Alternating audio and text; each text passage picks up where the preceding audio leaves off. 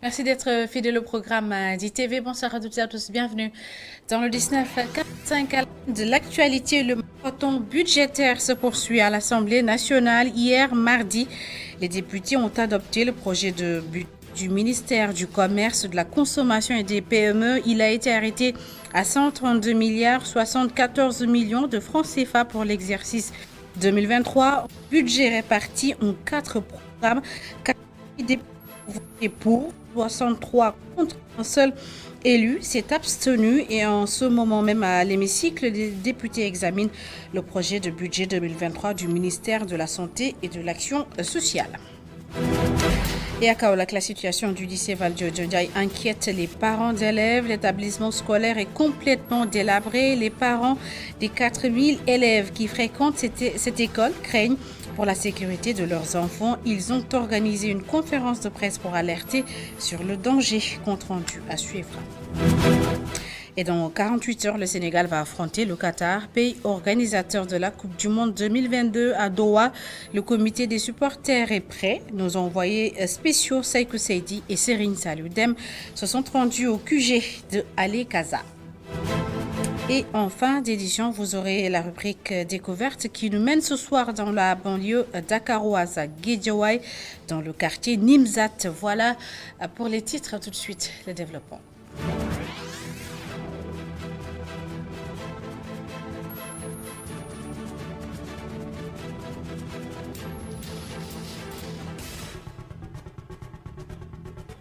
D'abord, l'association des boutiquiers détaillants du Sénégal décrète une grève de 48 heures à compter de demain jeudi. Elle dénonce l'entrée en vigueur de et la répression entourant l'application de la mesure sur la baisse des prix des denrées de grande consommation. Et selon les membres de cette association, l'inflation est indépendante de leur volonté.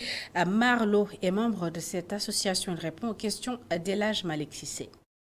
Raison que l'État a appliqué les prix ne nous enrage pas. Bon, si on fait le calcul, si on sort le prix de l'emballage et le prix du transport, on aura une perte très grave.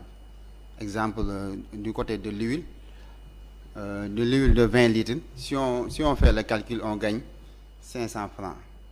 Ouais, alors qu'on le vend en au moins 2 semaines, voire plus. Ah, c'est ça. Et les autres prix aussi. Le riz non parfumé, bénéfice le kilo à 25 francs le kilo. Voilà, donc ça ne nous arrête pas, quoi. Si on sort le prix du transport et les emballages, on aura une perte dans tous les prix. Notre président, M. Aluba, il avait fixé des règles, mais on n'a pas appliqué ça, malheureusement, pour nous. On n'avait pas sorti le prix du transport et le prix de l'emballage. De ce fait, on aura une perte dans tous les prix. On est très proche de la population. Nous aussi, on a des familles, bon, on a des enfants à nourrir, on aura des pertes, et ça, il y aura une perte grave. Mais c'est l'objectif de cette grève-là. Parce que nous, ce que nous demandons, c'est que l'État ne revoit pas les prix. Les prix que nous achetons au niveau des grossistes, si on diminue ça, on pourra vendre ces prix-là que l'État a fixés.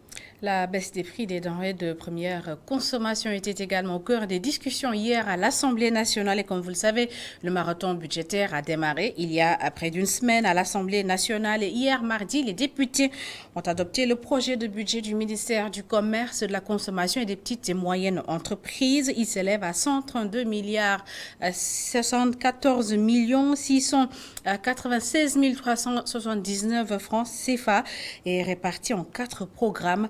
Hadja Andadjouf et Barassao étaient à l'Assemblée nationale. Le projet de budget 2023 du ministre du Commerce a été finalement adopté après de nombreux échanges houleux entre parlementaires. Un projet de budget qui appuie plusieurs domaines d'activité, explique Abdoukarim Fofana. Nous avons abordé d'autres sujets comme la question de la location, la question des droits de passage portière, mais aussi l'éducation car c'est ce qui préoccupe les ménages. Ce dernier est revenu largement sur l'entrée en vigueur des nouvelles mesures pour la baisse des prix des denrées. Parfois, j'entends beaucoup dire que la baisse des prix n'est pas respectée, mais ça dépend des produits. L'huile de soja ou le riz parfumé sont des produits importés.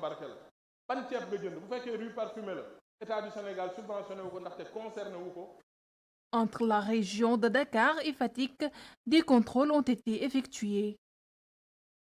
Agent au ministère du commerce ci région de Dakar ak Fatick diggante le 14 ak le 18 novembre contrôlé nañ 2075 boutiques. Le ministre du Commerce n'a cependant pas manqué d'aborder des précisions sur la différence de prix entre les produits. yenn saa yi tamit ñu ngi koy wax différence de prix entre produits wax naa ko. L'État subventionne les produits les plus prisés. Les produits constamment utilisés ne font pas partie des subventions. def leen neex waaye potu chocolat nangam couche li muy jar état dina encadrer.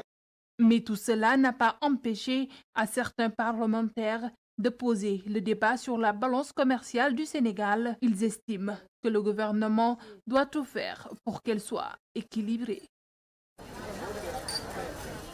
Et pendant ce temps, le mystère qui entoure la disparition de 2 agents de renseignement sénégalais reste entier. L'expert en défense et sécurité, Dr Aboubakri Sirissi, appelle à la prudence. Selon lui, il est trop tôt pour faire un rapprochement entre cette affaire, cette disparition et la situation politico-judiciaire actuelle. Il y réagit au téléphone de Mame Abdou Gueye Kassé.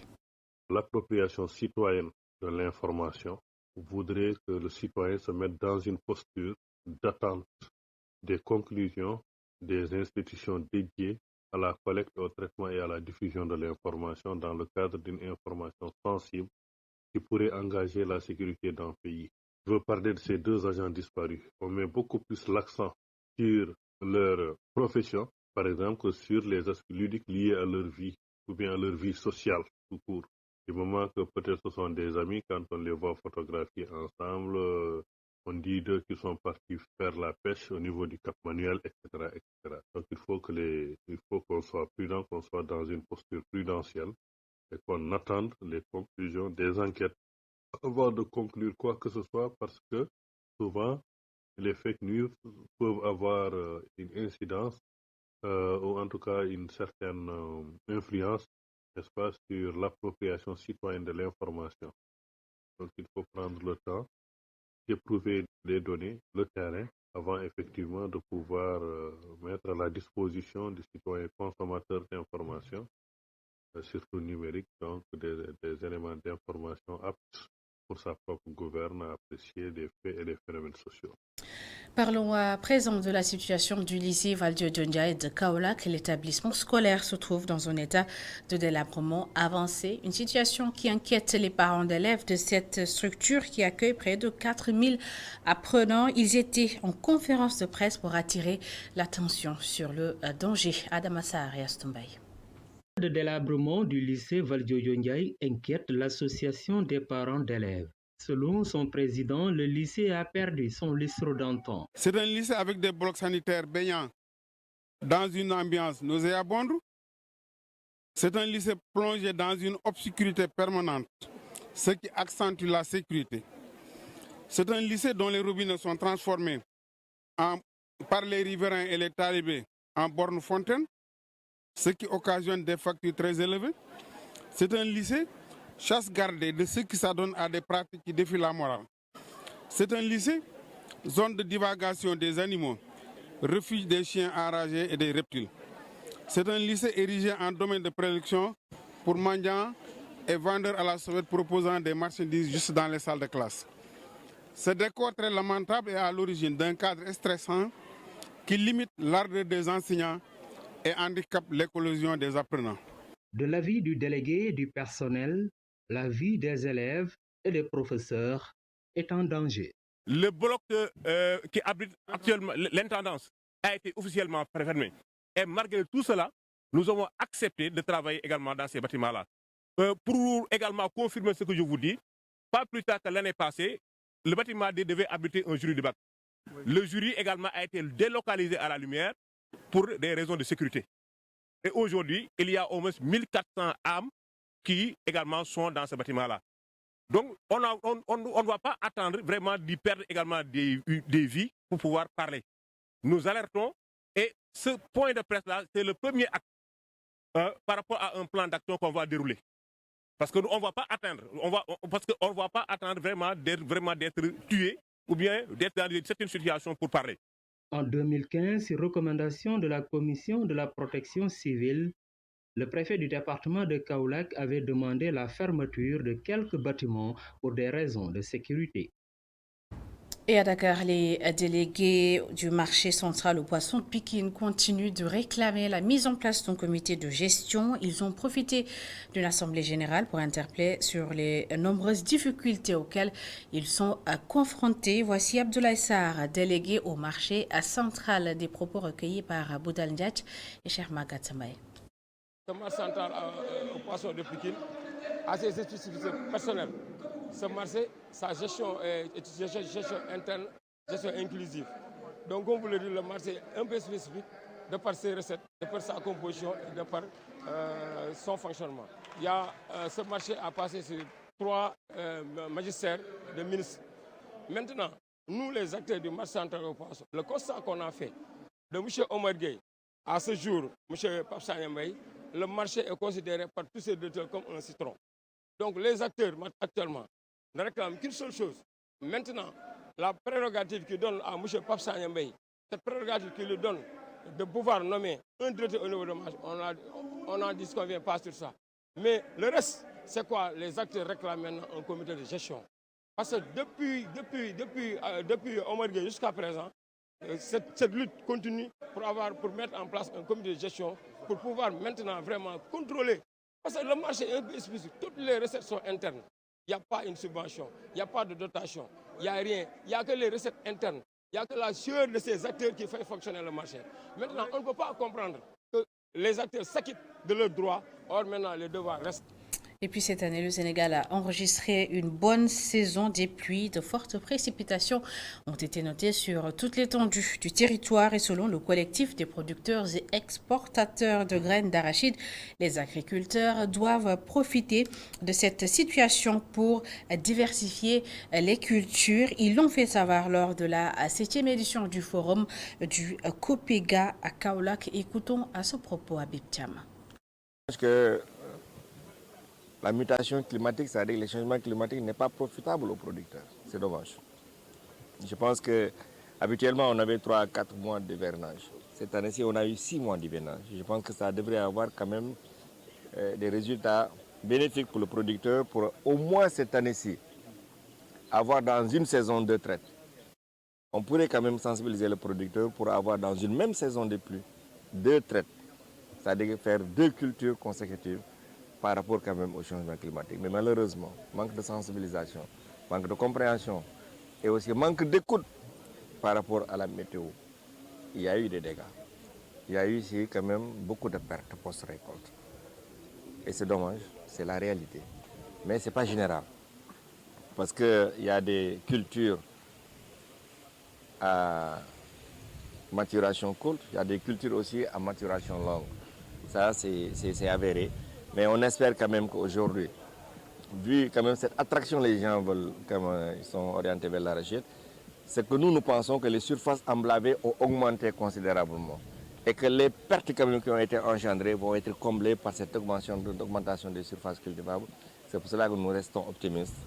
Dans plusieurs quartiers de Dakar, les trottoirs sont occupés par des véhicules en panne ou des carcasses de voitures. Les mécaniciens ont transformé les espaces réservés aux piétons en garages, faute d'espace selon eux. Et dans le reportage que vous allez suivre tout de suite, ils reconnaissent le calvaire qu'ils font vivre aux piétons sénégalais, mais disent ne pas avoir le choix. Serine Kakou Aydara.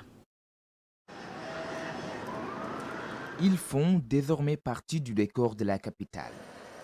Épaves de voitures et véhicules hors d'usage sont monnaie courante à Dakar, idem devant l'Assemblée nationale.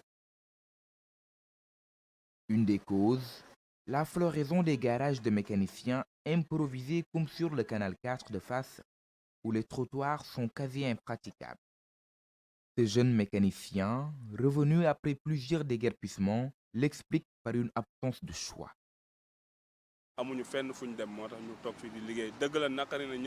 Même si ça dérange les gens, nous sommes là parce que nous n'avons nulle part où aller. Quand la préfecture fait une descente ici, elle amène toutes les voitures et on paye au moins 50 000 francs. Nous ne voulons pas gâcher le cadre de la ville, mais nous n'avons pas le choix.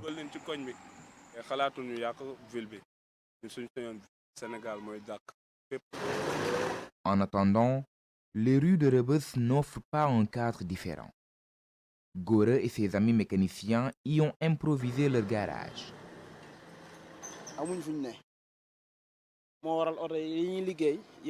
Si j'avais un garage, je ne serais pas là. On est obligé de s'installer sur le trottoir.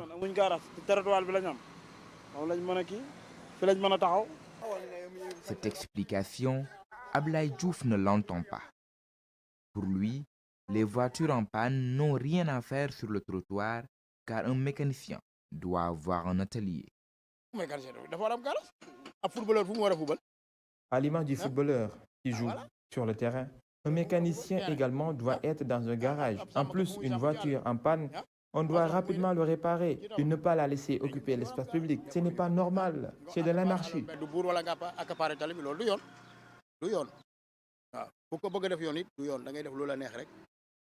Une anarchie qui n'embellit pas la capitale. Le défi, sauver ses emplois tout en préservant Dakar des épaves. L'entreprise à but social Cajou, une filiale de Bibliothèque sans frontières, a lancé au Sénégal ce 23 novembre une bibliothèque numérique en ligne gratuite, le Cajou Store, qui propose plus de 10 000 vidéos à contenu éducatif, de formation et d'information. Néami Fall et Sidina Mbaye. Le Cajou Store se veut un média à impact social. Il répond à des besoins d'information et de formation. Parmi les principales thématiques, entre autres, l'éducation, la santé. Le Cajou Store qui est le marketplace de contenu, donc une bibliothèque numérique qui est accessible via notre application mobile et qui permet à nos utilisateurs d'accéder à plus de 10 000 vidéos sur des thématiques aussi diverses que l'éducation, la santé, les opportunités en formation professionnelle, mais aussi au-delà sur les contenus de développement personnel, d'autonomisation de la jeunesse, des femmes. Pour le développement de ces contenus, le Cajou Store collabore avec des institutions comme l'Université virtuelle du Sénégal. Alors, nous travaillons aujourd'hui avec beaucoup d'entreprises sénégalaises, aussi bien des agences étatiques, des agences de développement. On a travaillé avec l'Université virtuelle du Sénégal, pour qui on a fait un campus offline de leur plateforme UVS. Donc, qui connaît UVS, l'ensemble de leurs apprenants, de leurs étudiants accèdent au contenu sur le digital, donc sur le numérique. Et pour beaucoup d'étudiants qui sont dans des zones très reculées, ils ont d'énormes problèmes pour accéder aux ENO, qui sont les centres numériques ouverts. Les cartes Cajou leur permettent aujourd'hui d'apprendre à la maison sans avoir besoin de connexion Internet. Par ailleurs, la directrice du Cajou au Sénégal explique l'importance et l'utilité de l'application de Cajou Store. C'est une application mobile, accessible sur Android, Play Store et bientôt sur iOS. Donc on va sur le Play Store, on recherche Cajou, K-A-J-O-U, on télécharge l'app et après il y a tout un parcours d'utilisateur pour permettre d'accéder au contenu. Un parcours qui est très simple, bien sûr, pour que tout le monde puisse s'y retrouver, parce qu'on travaille aussi bien avec les cibles urbaines, des étudiants comme des femmes qui sont au fin fond de Kédougou. Le Cajou Store nourrit une ambition ferme et solide d'agir pour la démocratisation de l'accès à la culture, la formation et l'information, sélectionnée et validée avec soin par des experts reconnus dans leur domaine, ceci en partenariat avec des institutions et acteurs de tous les secteurs d'activité. Et à 48 heures du match entre le Sénégal et le Qatar, pays organisateur du mondial, nos envoyés spéciaux à Doha se sont rendus au quartier général du comité des supporters allés à Casa. Ils sont 40 membres déployés au Qatar pour soutenir les Lions. Ils profitent de ces 48 heures pour refaire leurs instruments et surtout reprendre des forces avant le jour J. À Qatar, reportage de Serine Saliotem et Saïkou Seydi. Maurice Eto'o Diatta refait les cordes de son djemé. Selon des batteurs du comité de supporters à Casa, tous les matins, avant les matchs, je refais les cordes du djemé. Après, je le mets sous le soleil pour le réchauffer. Ça donne un son incroyable. C'est, disons, l'instrument le plus complet ici. Il donne toutes sortes de rythmes.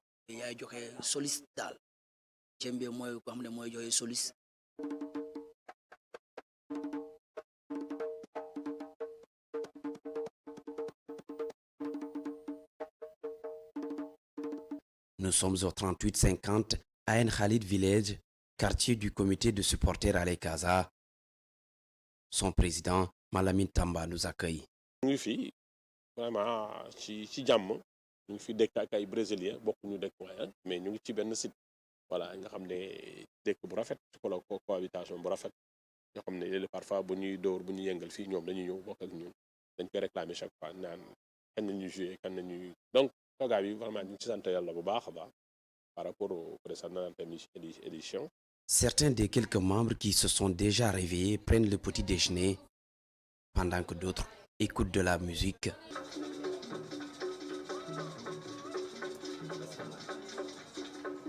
Ousmane, la mascotte du comité, vient de se lever.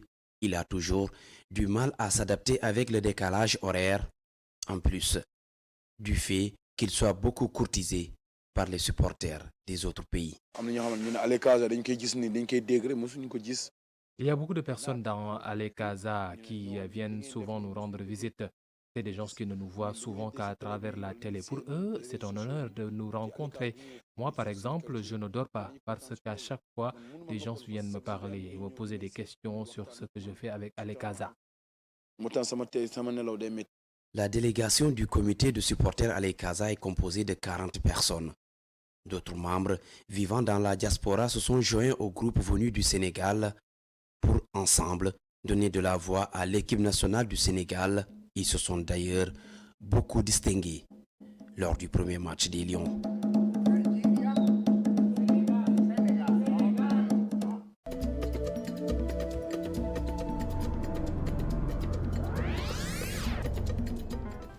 À la découverte du quartier Nimzat 3 dans la commune de Wakhinane à Guédiawaye dans la banlieue dakaroise, un quartier créé en 1972 et c'est Boudal Ndiaye et Cheikh Magat Mbeng qui nous y emmène. C'est en 1972 que le quartier Nimzat 3 a été créé. Ses premiers habitants venaient du centre-ville.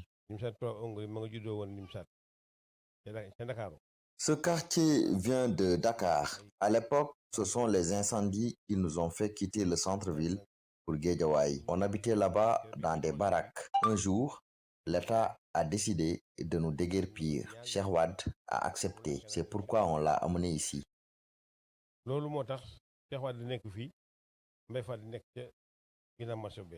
Cheikh Wade fut le premier délégué du quartier Nimzat 3. Cheikh Wade d'ailleurs fut le premier délégué. Après lui, il y avait un vieux qui s'appelait Ndiaye. Il a succédé avant que moi je ne prenne les rênes du quartier. Un quartier plein d'histoire où les gens cohabitent en pleine harmonie. Depuis que nous sommes dans ce quartier, nous n'avons aucun problème, franchement. Comme la plupart des quartiers de la banlieue de Dakar, les habitants de Nimzat 3 sont confrontés eux aussi à plusieurs difficultés. Il y a quelques changements dans le quartier parce qu'au début, les gens se connaissaient et avaient de très bons rapports. Mais maintenant, les choses ont beaucoup évolué parce qu'il y a beaucoup de gens qui ont vendu leur maison et d'autres sont venus s'installer dans le quartier. Malgré ces difficultés, les habitants de Nimzat continuent de vivre en toute quiétude.